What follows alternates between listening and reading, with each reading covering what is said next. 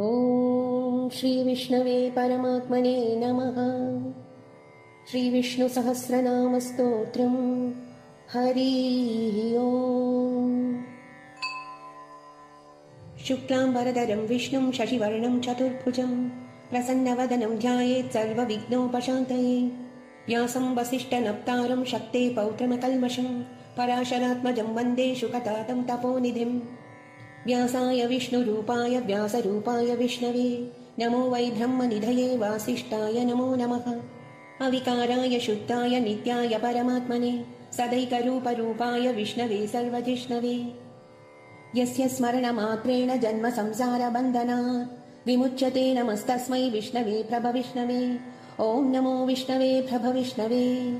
श्रीवैशम्पायन उवाच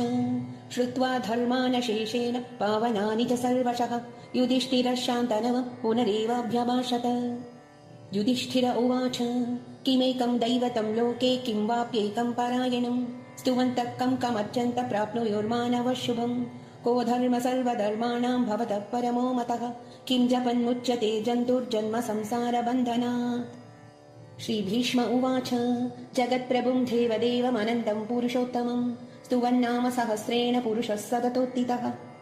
तमेव चार्चयन् नित्यं भक्त्या पुरुषमव्ययं ध्यायन् स्तुवन्नमस्यंश्च यजमानस्तमेव च। अनादिनिधनं विष्णुं सर्वलोकमहेश्वरं लोकाध्यक्षं स्तुवन्नित्यं सर्वदुःखातिगो भवेत्। ब्रह्मण्यं सर्वधर्मज्ञं लोकानां कीर्तिवर्धनं लोकनाथं महत्पूतं सर्वभूतभवोद्भवम्। एष मे सर्वधर्माणां धर्मोऽधिकतमो मतः यद्भक्त्या पुण्डरीकाक्षं स्तवैरर्चयन्नरः सदा।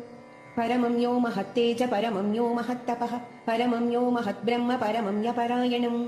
पवित्राणां पवित्रं यो मङ्गलानां च मङ्गलं दैवतं देवतानां च भूतानां यो व्ययः। यतः सर्वाणि भूतानि भवन्त्यादियुगागमे यस्मिंश्च प्रलयं यान्ति पुनरेव युगक्षये। तस्य लोकप्रधानस्य जगन्नाथस्य भूपते विष्णो नाम सहस्रं मे शृणु पापभयापहम्। यानि नामानि गौणानि विख्यातानि महात्मनः ऋषिभिः परिगीतानि तानि वक्ष्यामि भूतये।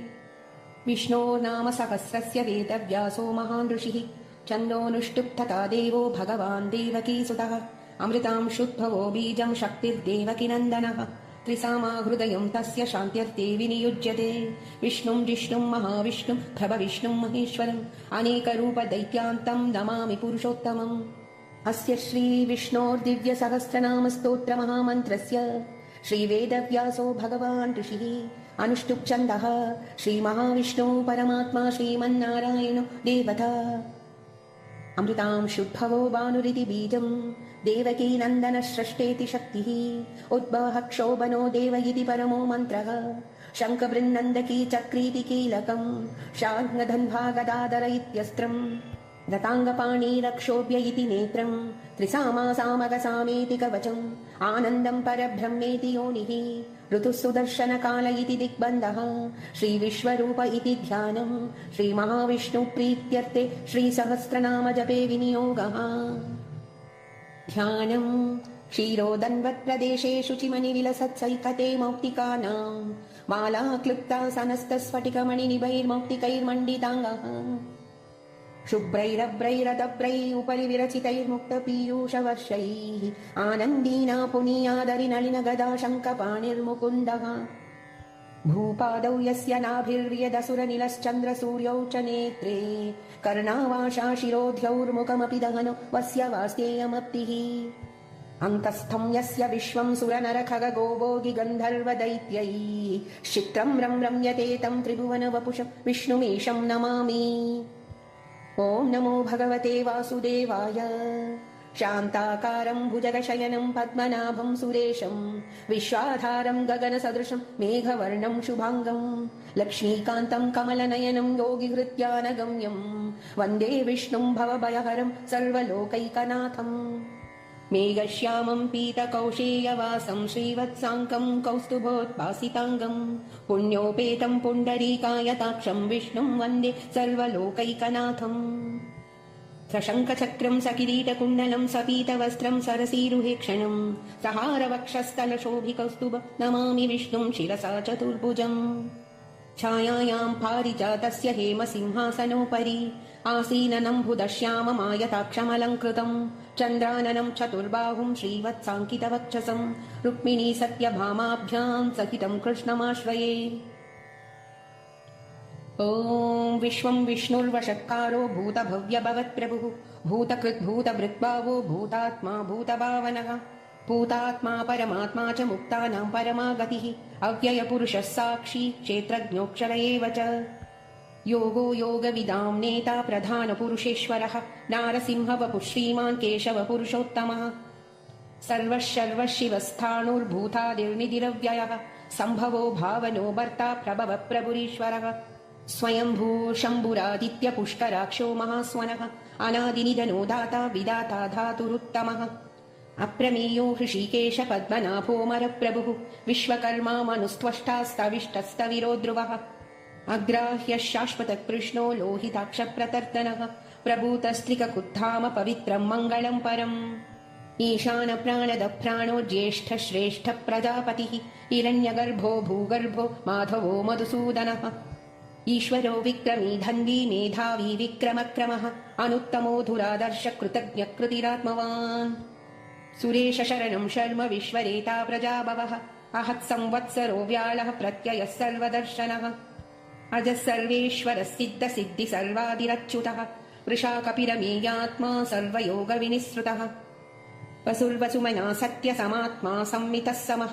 अमोघपुण्डरीकाक्षो वृषकर्मा वृषाकृतिः रुद्रो बहुशिरा बभ्रुर्विश्वयोनिः शुचिश्रवाः अमृतः शाश्वतस्तानुर्वरारोहो महातपाः सर्वगः सर्वविद्भानुर्विश्वक्सेनो जनार्दनः वेदो वेदविदव्यङ्गो वेदाङ्गो वेदवित्कविः लोकाध्यक्षः सुराध्यक्षो धर्माध्यक्षकृताकृतः चतुरात्मा चतुर्व्यूहश्चतुर्दंष्टश्चतुर्भुजः ब्राजिष्णुर्भोजनं भोक्ता सहिष्णुर्जगदादिजः अनघो विजयो जेता विश्वयोनि पुनर्वसुः उपेन्द्रो वामनप्रांशु अमोघशुचिरूर्जितः अतीन्द्रः सङ्ग्रहः सर्गो धृतात्मा नियमो यमः वेद्यो वैद्यः सदा योगी वीरः माधवो मधुः अतीन्द्रियो महामायो महोत्साहो महाबलः महाबुद्धिर्महावीर्यो महाशक्तिर्महाद्युतिः अनिर्देश्य वपुः श्रीमान् अमेयात्मा महादृदृत् महेश्वासो महीभर्ता श्रीनिवासः सताङ्गतिः अनिरुद्धसुरानन्दो गोविन्दो गोविदाम्पतिः मरीचिर्दमनोहंस सुपर्णो भुजगोत्तमः हिरण्यनाभः सुतपा पद्मनाभः प्रजापतिः अमृत्युः सर्वदृक्सिंह सन्दाता सन्धिमान् स्थिरः अजो दुर्मर्शनः शास्ता विश्रुतात्मा सुरारिः गुरुर्गुरुतमो धाम सत्य सत्य पराक्रमः निमोषो निमिषस्त्रग्वी वाचस्पतिरुदारधीः अग्रणी ग्रामणी श्रीमान् न्यायो नेता समीरणः सहस्रमूर्धा विश्वात्मा सहस्राक्ष सहस्रपात् आवर्तनो निवृत्तात्मा संवृतः सम्प्रमर्दनः आहत्संवर्तको वह्निरनिरोधरणीधरः सुप्रसाद प्रसन्नात्मा विश्वसृक् विश्वभुक् विभुः सत्कर्ता सत्कृतः साधुर्चक्नुर्नारायणो नरः असंख्येयो प्रमेयात्मा विशिष्टः शिष्टकृच्छुचिः सिद्धार्थ सिद्ध संकल्प सिद्धिदः सिद्धिसाधनः वृषाही वृषभो विष्णु वृषपर्वा वृषोदरः वर्धनो वर्धमानश्च विविक्तः श्रुतिसागरः सुभुजो दुर्धरो वाग्मी महेन्द्रो वसुदो वसुः नैकरूपो बृहद्रूप शिबिविष्टप्रकाशनः ओजस्तेजोतिथिधरः प्रकाशात्मा प्रतापनः रुद्रस्पष्टाक्षरो मन्त्रचन्द्रांशुर्भास्करद्युतिः अमृतांशुद्भवो भानुशशबिन्दुः सुरेश्वरः औषधं जगतस्येतु सत्यधर्मपराक्रमः भूतभव्यभवन्नाथ पवनः पावनो नलः कामः कामकृत्कान्त कामः कामप्रदप्रभुः युगादिकृत्युगावर्थो नैकमायो महाशनः अदृश्यो व्यक्तरूपश्च सहस्रचिदनन्दजित् इष्टो विशिष्टशिष्टेष्ठ श्रीकण्डीनहुषो वृषः क्रोधः क्रोधकृत्कर्ता विश्वबाहुर्महीधरः अच्युत प्रतिथ प्राण प्राणदो वासवानुजः अखान्निधिरधिष्ठानमप्रमत्त प्रतिष्ठितः स्कन्द स्कन्दधरो धुर्यो वरदो वायुवाहनः वासुदेवो बृहद्भानुरादिदेव पुरन्दरः अशोकस्तारणस्तारः शूरः शौरिजनेश्वरः अनुकूलः शतावर्तः पद्मी पद्मनिवेक्षणः पद्मनाभो रवीन्द्राक्ष पद्मगर्भशरीरभृत् महर्तिरुद्धो वृद्धात्मा महाक्षो गरुडध्वजः अतुलशरभो भीमसमयज्ञो हविर्हरिः सर्वलक्षणलक्षण्यो लक्ष्मीवान् समितिञ्जयः विक्षरो रोहितो मार्गो हेतुर्दामोदरः सहः महीधरो महाभागो वेगवानमिताशनः उद्भवः क्षोभनो देव श्रीगर्भपरमेश्वरः करणं कारणं कर्ता विकर्ता गहनो गुहः व्यवसायो व्यवस्थान संस्थानस्थानदो ध्रुवः परति परमस्पष्टतुष्टपुष्टशुभेक्षणः रामो विरामो विरतो मार्गो नेयो नयो नयः वीरशक्तिमतां श्रेष्ठो धर्मो धर्मविदुत्तमः वैकुण्ठपुरुषप्राणं प्राणद प्रणमपृतुः हिरण्यगर्भः शत्रुघ्नो व्याप्तो वायुरधोक्षजः ऋतुः सुदर्शन काल परमेष्टि परिग्रहः उग्रसंवत्सरो दक्षो विश्रामो विश्वदक्षिणः विस्तारस्तावरस्थाणु प्रमाणं बीजमव्ययम् अर्थोऽनर्थो महाकोशो महाभोगो महाधनः अनिर्विण्णस्तविष्ठो भूर्धर्मयूपो महामकः नक्षत्रनेमिर्नक्षत्री क्षमः क्षामः समीहनः यज्ञयुज्यो महेद्यश्वक्रतुसत्रं सताङ्गतिः सर्वदर्शी निवृत्तात्मा सर्वज्ञो ज्ञानमुत्तमम् सुव्रतः सुमकः सूक्ष्म सुघोष सुखदः सुहृद् मनोहरोजितक्रोधो वीरबाहुर्विदारणः मापनः स्ववशो व्यापी नैकात्मा नैककर्मकृत् वत्सरो वत्सलो वत्सी रत्नगर्भो धनेश्वरः धर्मगुप्तर्मकृद्धर्मी सदक्षरमसक्षरम् अविज्ञाता सहस्रांशु विधाता कृतलक्षणः तपस्तिनेमिस्तत्त्वस्थसिंहो भूतमहेश्वरः आदिदेवो महादेवो देवेशो देवभृत्कुरुः उत्तरो गोपतिर्गोप्ता ज्ञानगम्य पुरातनः शरीरभूतभृद्भोक्ता कपीन्द्रो भूरिदक्षिणः सोमपोमृतपः सोमपुरुजित्पुरुसत्तमः विनयोजय सत्यसन्धो दाशार्ह सत्त्वतां पतिः जीवो विनयिता साक्षी मुकुन्दो मितविक्रमः अम्भो निधिरनन्तात्मा महोदतिशयोऽन्तकः अजो महार्ह स्वाभाव्यो जितमित्रप्रमोदनः आनन्दो नन्दनो नन्द सत्यधर्मत्रिविक्रमः महर्षिकपिलाचार्य कृतज्ञो मेदिनीपतिः त्रिपदस्त्रिंदशाध्यक्षो महाशृङ्गकृतान्तकृत् महावराहो गोविन्द सुषेण कनकाङ्गदी गुह्यो गभीरो गहनो गुप्तश्चक्रगदाधरः वेदास्वाङ्गोजितकृष्णो दृढः सङ्कर्षणोच्युतः वरुणो वारुणो वृक्षपुष्कराक्षो महामनाः भगवान् भगहानन्दी वनमाली हलायुधः आदित्यो ज्योतिरादित्य सहिष्णुर्गतिसत्तमः सुधन्वा कण्डपरशुर्दारुणो द्रविणप्रदः दिविस्पृक्सर्वदृग्व्यासो वाचस्पतिरयो निजः त्रिसामासामगः साम निर्वाणं भेषजं बिषक् सन्न्यासकृच्छमशान्तो निष्ठा शान्तिपरायणम् शुभाङ्गशान्तिदसृष्टा कुमुदः कुवलेशयः गोहितो गोपतिर्गोप्ता वृषभाक्षो वृषप्रियः निवर्ती निवृत्तात्मा संक्षेप्ताक्षेमकृच्छिवः श्रीवत्सवक्षा श्रीवास श्रीपति श्रीमतांवरः श्रीरः श्रीश श्रीनिवास श्रीनिधि श्रीविभावनः श्रीधर श्रीकर श्रेय श्रीमान् लोकत्रयाश्रयः स्वक्षस्वङ्गशतानन्दो नन्दिर्ज्योतिर्गणेश्वरः विजितात्मा विधेयात्मा सत्कीर्तिश्चिन्न संशयः उदीर्ण सर्वतश्चक्षुर्रणीशः शाश्वतस्थिरः भूषयो भूषणो भूति अशोकः शोकनाशनः अर्चिष्मानर्चितः कुम्भो विशुदात्मा विशोधनः अनिरुद्धो प्रतिरतः प्रद्युम्नो मितविक्रमः कालनेमिनिहाशौरी शूरशूरजनेश्वरः त्रिलोकात्मा त्रिलोकेश केशवः केशिहा हरिः कामदेवः कामपाल कामीकान्तः कृतागमः अनिर्देश्य वपुर्विष्णु वीरोऽनन्तो धनञ्जयः ब्रह्मण्यो ब्रह्मकृद्ब्रह्मा ब्रह्म ब्रह्मविवर्धनः ब्रह्मविद्ब्राह्मणो ब्रह्मी ब्रह्मज्ञो ब्राह्मणप्रियः महाक्रमो महाकर्मा महातेजा महोरगः महाक्रतुर्महायज्वा महायज्ञो महाकविः स्तव्यस्तवप्रियस्तोत्रं स्तुतस्तोतारणप्रियः पूर्णपूरयिता पुण्यपुण्यकीर्तिरनामयः मनोजवस्थितकरो वसुरेता वसुप्रदः वसुप्रदो वासुदेवो वसुर्वसुमना कविः सत्कटिः सत्कृतिः सत्ता सद्भूति सत्परायणः शूरसेनो यदुश्रेष्ठ सन्निवाससुयामुनः उतावासो वासुदेव सर्वासु निलयो नलः दर्पः दर्पदो दृप्तो दुर्धरोतापराजितः विश्वमूर्तिर्महामूर्ति दीप्तमूर्तिरमूर्तिमान् अनेकमूर्तिरव्यक्त शतमूर्तिशताननः एको नैकस्थवः किं यथत्पदमनुत्तमम् लोकबन्धुर्लोकनाथो माधवो भक्तवत्सलः सुवर्णवर्णो हेमाङ्गो वराङ्गश्चन्दनाङ्गदी वीरः विषमुशून्यो धृताशीलचलश्चलः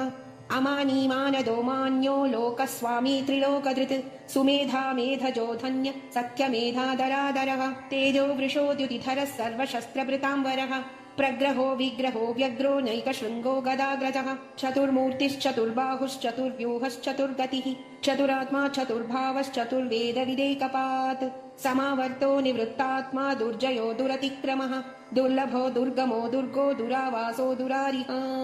शुभाङ्गो लोकसारङ्गस्तुतन्तुस्तन्तुवर्धनः इन्द्रकर्मा महाकर्मा कृतकर्मा कृतागमः उद्भवः सुन्दरः सुन्दो रत्ननाभसुलोचनः अर्को वाजसनिशृङ्गी जयन्तः सर्वविजयीः सुवर्णबिन्दुरक्षोभ्य सर्ववागीश्वरेश्वरः महाहृदो महागर्तो महाभूतो महानिधिः कुमुदकुन्दरकुन्दपर्जन्यपवनो निलः अमृताशोऽमृतवपु सर्वज्ञ सर्वतोमुखः सुलभः सुव्रतः सिद्धः शत्रुजिश्चत्रुतापनः न्यग्रोधो दुम्बरोऽश्वत्थचाणूराद्रणिषूदनः सहस्रार्ची सप्तजिह्व सप्तैदा सप्तवाहनः अमूर्तिरनगोचिन्त्यो भयकृद्भयनाशनः अनुर्बृहत्कृशस्थूलो गुणभृन्निर्गुणो महान् अधृतस्वधृतस्वास्य प्राग्वंशो वंशवर्धनः अरभृत्कथितो योगी योगीश सर्वकामदः आश्रमश्रमणक्षाम सुपर्णो वायुवाहनः धनुर्धरो धनुर्वेदो दण्डो दमयितादमः अपराजित सर्वसहो नियन्ता नियमो यमः सत्त्ववान् सात्विकः सत्यधर्मपरायणः अभिप्राय प्रियाहोर्ह प्रियकृत्प्रीतिवर्धनः विहाय सगतिर्ज्योति सुरुचित्हुतभुग्विभुः रविर्विरोचनः सूर्य सविता रविलोचनः अनन्तहुत भुग्भोक्ता सुखदो नैकदोग्रजः अनिर्विण्ण सदामर्षि लोकाधिष्ठानमद्भुतः सनातनत्थमः कपिलः कपिरव्ययः स्वस्ति तत्स्वस्ति कृत्स्वस्ति स्वस्ति भुक् स्वस्ति दक्षिणः अरौद्रकुण्डली चक्री विक्रम्यूर्जितशासनः शब्दातिः शब्दसः शिशिरः शर्वरीकरः अक्रूरपेशलो दक्षो दक्षिणः क्षमिणां वरः विद्वत्तमो वीतभयः पुण्यश्रवणकीर्तनः उत्तारणो दुष्कृतिः पुण्यो धुक्स्वप्ननाशनः वीरः रक्षणः सन्तो जीवनः पर्यवस्थितः अनन्तरूपनन्तश्रीजितमन्युर्भयापहः चतुरस्त्रोघवीरात्मा विदिशो व्यादिशो दिशः अनाधिर्भूर्भुवो लक्ष्मी सुवीरो रुचिराङ्गदः जननो जनजन्माधि भीमो भीमपराक्रमः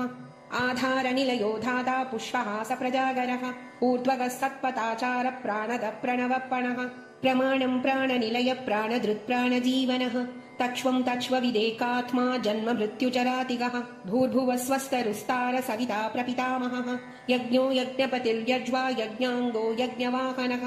यज्ञभृत्यज्ञकृत्यग्नि यज्ञभुग्यज्ञसाधनः यज्ञान्तकृत्यग्नगुह्यमन्नमन्नादयेव च आत्मयोनि स्वयं जातो वैखानसामगायनः देवकी नन्दनस्रष्टा क्षितीशपापनाशनः शङ्खभृन्नन्दकी चक्री शार्ङ्गधन्वा गदाधरः रथाङ्गपाणिरक्षोभ्य सर्वप्रहरणायुधः श्रीसर्वप्रहरणायुध ॐ नम इति वनमाली गदिशार्ङ्गी शङ्की चक्री च नन्दकी श्रीमान्नारायणो विष्णुर्वासुदेवो अभिरक्षतु वनमाली गदिशार्ङ्गी शङ्की चक्री च नन्दकी श्रीमान्नारायणो विष्णुर्वासुदेवो अभिरक्षतु श्रीवासुदेवो अभिरक्षतु ॐ नम इतीदं कीर्तनीयस्य केशवस्य महात्मनः नाम्नां सहस्रं दिव्यानाम् अशेषेण प्रकीर्तितम् य इदं शृणुया नित्यं यश्चायि परिकीर्तयेत् नाशुभं प्राप्नुयात् किञ्चित् सोमुद्रेह च मानवः वेदान्तगो ब्राह्मणः स्यात् क्षत्रियो विजयी भवेत् वैश्यो धनसमृद्धः स्यात् शूद्रः सुखमवाप्नुयात् धर्मार्थी प्राप्नुयात् धर्ममर्थार्थी चार्थमाप्नुयात् कामानवाप्नुयात् कामी प्रजार्थी चाप्नुयात् प्रजाः भक्तिमान्य सदोत्ताय शुचिस्तत्कतमानसः सहस्रं वासुदेवस्य नाम्नामेतत् प्रकीर्तयेत् यशः प्राप्नोति विपुलं ज्ञाति प्राधान्यमेव च अचलां श्रियमाप्नोति श्रेय प्राप्नोत्यनुत्तमम् न भयं क्वचिदाप्नोति वीर्यं तेजश्च विन्दति भवत्यरोगो द्युतिमान् बलरूपगुणान्वितः रोगार्तो मुच्यते रोगात् भक्तो मुच्येत बन्धनात् भयान्मुच्येत भीतस्तु मुच्येतापन्न आपदः दुर्गाण्यतितरत्याशु पुरुषः पुरुषोत्तमम् स्तुवन्नाम सहस्रेण नित्यम् भक्तिसमन्वितः वासुदेवाश्रयो मर्थ्यो वासुदेवपरायणः सर्वपापविशुद्धात्मा याति ब्रह्म सनातनम् न वासुदेवभक्तानाम् अशुभम् विद्यते क्वचित् जन्म मृत्युजराव्याधिभयम् वाप्युपजायते इमम् स्तवमधीयानः श्रद्धा भक्तिसमन्वितः युज्येतात्मसुखक्षान्ति श्रीधृतिस्मृतिकीर्तिभिः न क्रोधो न च मात्सर्यम् न लोभो नाशुभा मतिः भवन्ति कृतपुण्यानाम् भक्तानाम् पुरुषोत्तमे यौ स चन्द्रार्कनक्षत्राकम् दिशो भूर्मुहोदधिः वासुदेवस्य वीर्येण विधृतानि महात्मनः ससुरासुरगन्धर्वम् स यक्षोरगराक्षसम् जगत्वशे वर्ततेदम् कृष्णस्य सचराचरम् इन्द्रियाणि मनोबुद्धि सत्त्वम् तेजो बलम् धृतिः वासुदेवात्मकान्याहुः क्षेत्रम् क्षेत्रज्ञ एव च सर्वागमानमाचार प्रथमम् परिकल्पितः आचार प्रथमो धर्मो धर्मस्य प्रभुरच्युतः ऋषयः पितरो देवा महाभूतानि दातवः जङ्गमाजङ्गमम् चेदम् जगन्नारायणोद्भवम् योगज्ञानम् तथा साङ्ख्यम् विद्या शिल्पादिकर्म च वेदाशास्त्राणि विज्ञानमेतत् सर्वम् जनार्दनात् इमम् स्तवम् भगवतो विष्णोर्व्यासेन कीर्तितम् पठेद्यज्चेत् पुरुषः श्रेयः प्राप्तुम् सुखानि च विश्वेश्वरमजम् देवम् जगतः प्रभवाप्ययम् भजन्ति ये पुष्कराक्षम् न ते यान्ति पराभवम् न ते यान्ति पराभवम् ॐ नमः इति अर्जुन उवाच पद्मपत्रविशालाक्ष पद्मनाभसुरोत्तमा भक्तानामनुरक्तानाम् त्राता भव जनार्दन श्रीभगवानुवाच यो माम् नाम सहस्रेण स्तोतुमिच्छति पाण्डव सोऽहमेकेन श्लोकेन स्तुत एव न संशयः ॐ नमः इति व्यास उवाच वासानाद्वासुदेवस्य वासितं ते जगत्त्रयम् सर्वभूतनिवासोऽसि वासुदेव नमोऽस्तु ते श्रीवासुदेव नमोऽस्तु ॐ नमः इति पार्वत्युवाच केनोपायेन लघुना विष्णोर्नाम सहस्रकम् पठ्यते पण्डितैः नित्यम् श्रोतुमिच्छाम्यहम् प्रभो ईश्वर उवाच श्रीराम राम रामेति रमे रामे मनोरमे